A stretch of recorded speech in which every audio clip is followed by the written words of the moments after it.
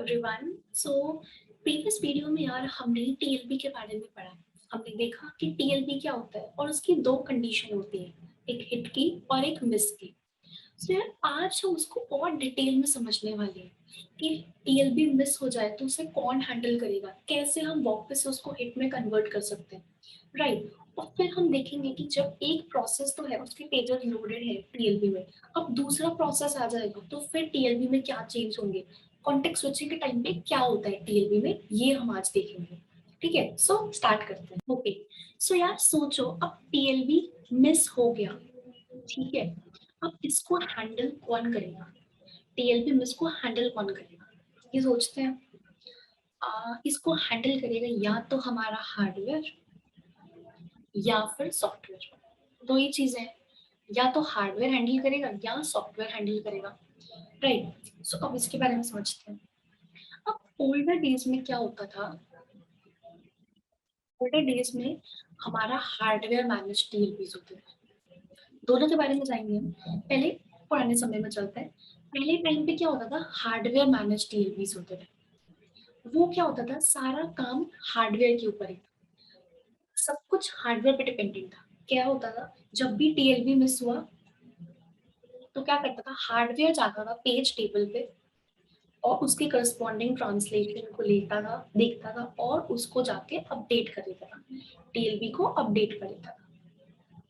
ठीक है, सो TLB miss, जब हार्डवेयर बेस्ड टीएलबीज होते थे तो क्या होता था, जब भी टीएलबी मिस हुआ हार्डवेयर क्या करता था, पेज टेबल में गया, पेज टेबल में पूरा गो थ्रू किया, उसके करस्पॉन्डिंग ट्रांसलेशन को लेके आया और टीएलबी को अपडेट कर दिया।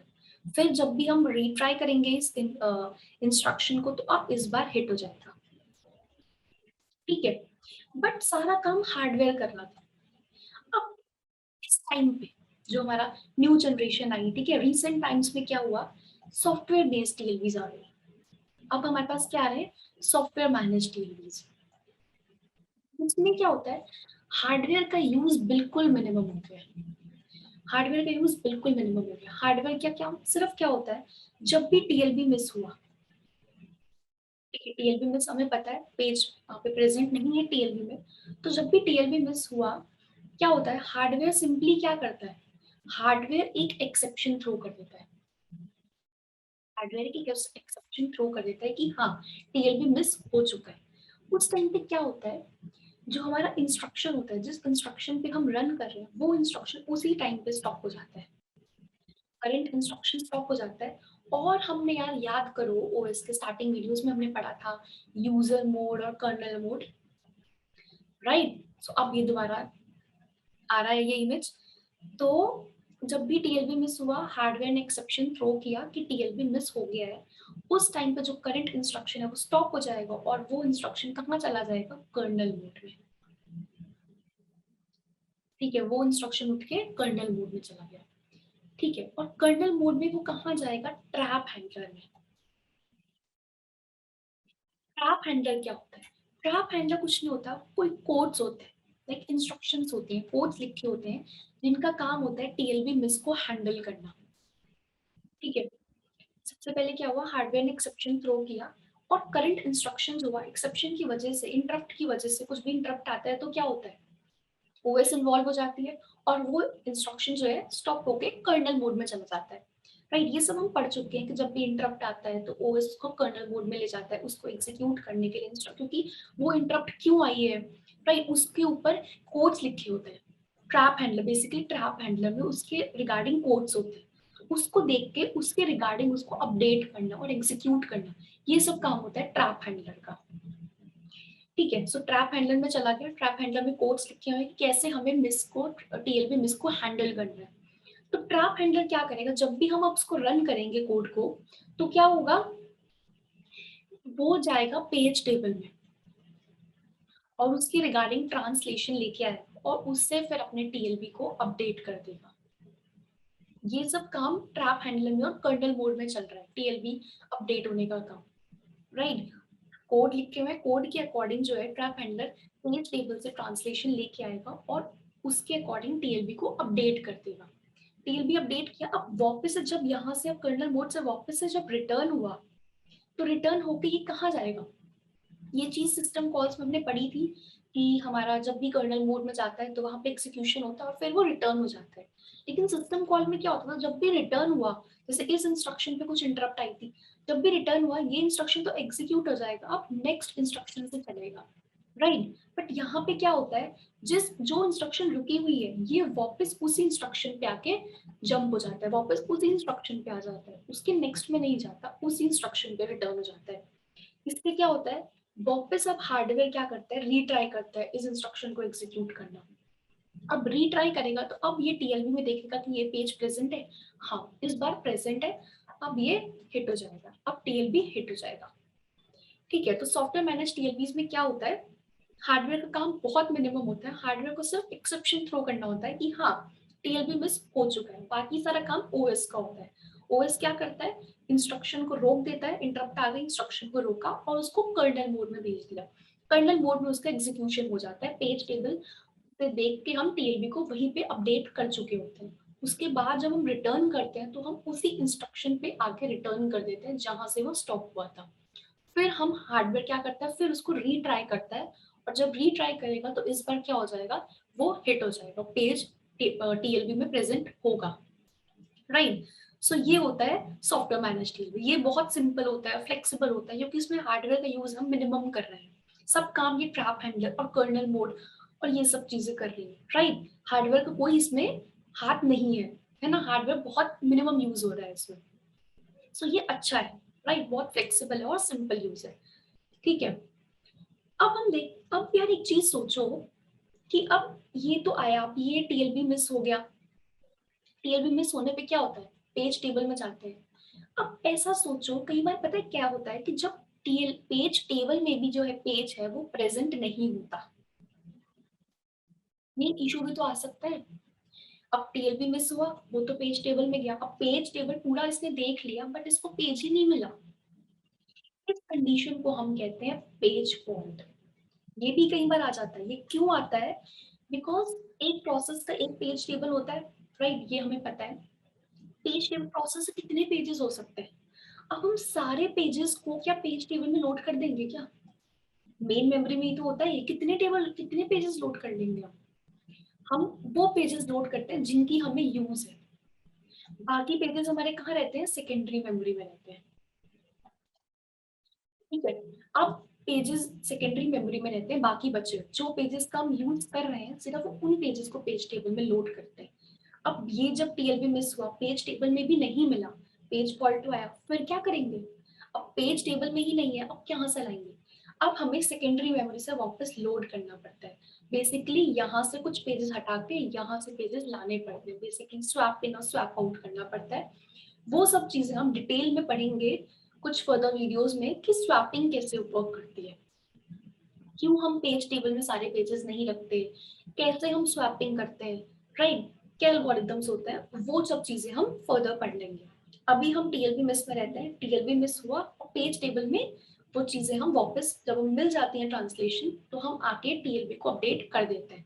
अगर पेज टेबल में भी नहीं मिला तो वो हम आगे देखेंगे कि कैसे हम उस चीज को हैंडल करते हैं। ठीक है, ये तो हमने समझ लिया, ये हो गया पेज टीएलबी मिस के टाइम पे क्या होता है ये हमने समझ लिया। अब यार ये सोचो कि टीएलबी में होता क्या है, ठीक है, टीएलबी कंटेंट्स क्या होते हैं। अब हमने पेज टेबल के बारे में पढ़ा था, है ना, कि पेज टेबल इतना बड़ा डायग्राम था, फ्रेम नंबर और कुछ बिट्स होती हैं, प्रोटेक्शन बिट्स, वैलिड बिट, या ये सब चीजें हमने पढ़ी थी। टीएलबी में भी कुछ ऐसा ही होता है, टीएलबी में भी क्या होता है, सबसे पहले होता है पेज नंबर, ठीक है, पेज नंबर होता है, फिर इसका फ्रेम नंबर होता है, राइट, करस्पॉन्डिंग फ्रेम नंबर, ये दो चीजें तो इंपॉर्टेंट है, और फिर कुछ एडिशनल हमारे बिट्स होता है, तो वो क्या हो सकते हैं, जैसे वैलिड बिट।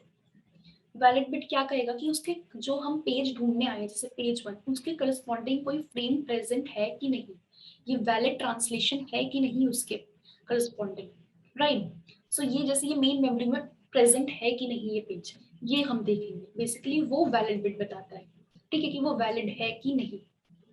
फिर होता है प्रोटेक्शन, प्रोटेक्शन हम पढ़ चुके हैं, RWX, रीड राइट और एग्जीक्यूट। कि वो जो पेज आया है उसके जो डेटा है उसमें किस लेवल का प्रोटेक्शन लगा हुआ है। ठीक है, ये प्रोटेक्शन बिट बताता है। कुछ और बिट्स होते हैं जैसे कि ASP, ये इंपॉर्टेंट है।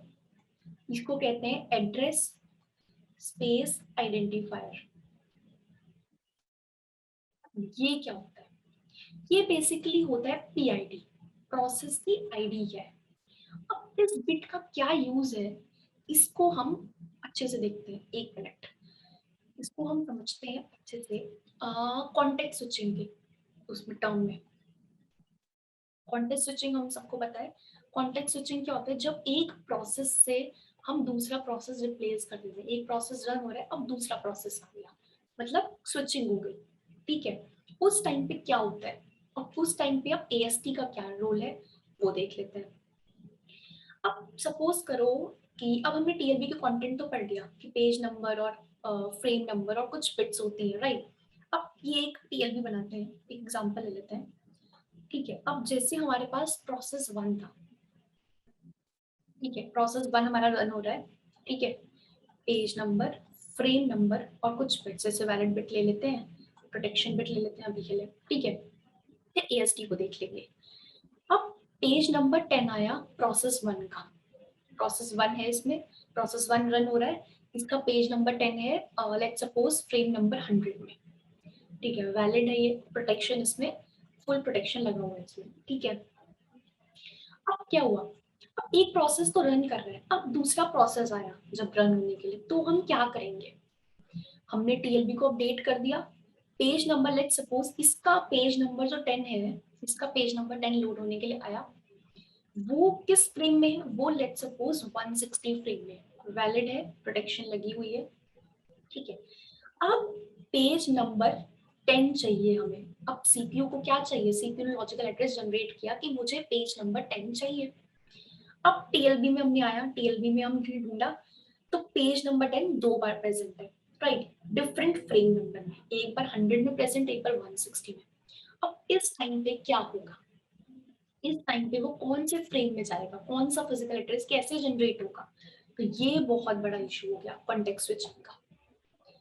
इसको रिजॉल्व कैसे कर सकते हैं? इशू समझ में आ गया हमें कि प्रोसेस 1 रन हो रहा था, राइट। अब दूसरा प्रोसेस आ गया, एक प्रोसेस का, ये हमारा TLB है, प्रोसेस 1 आया।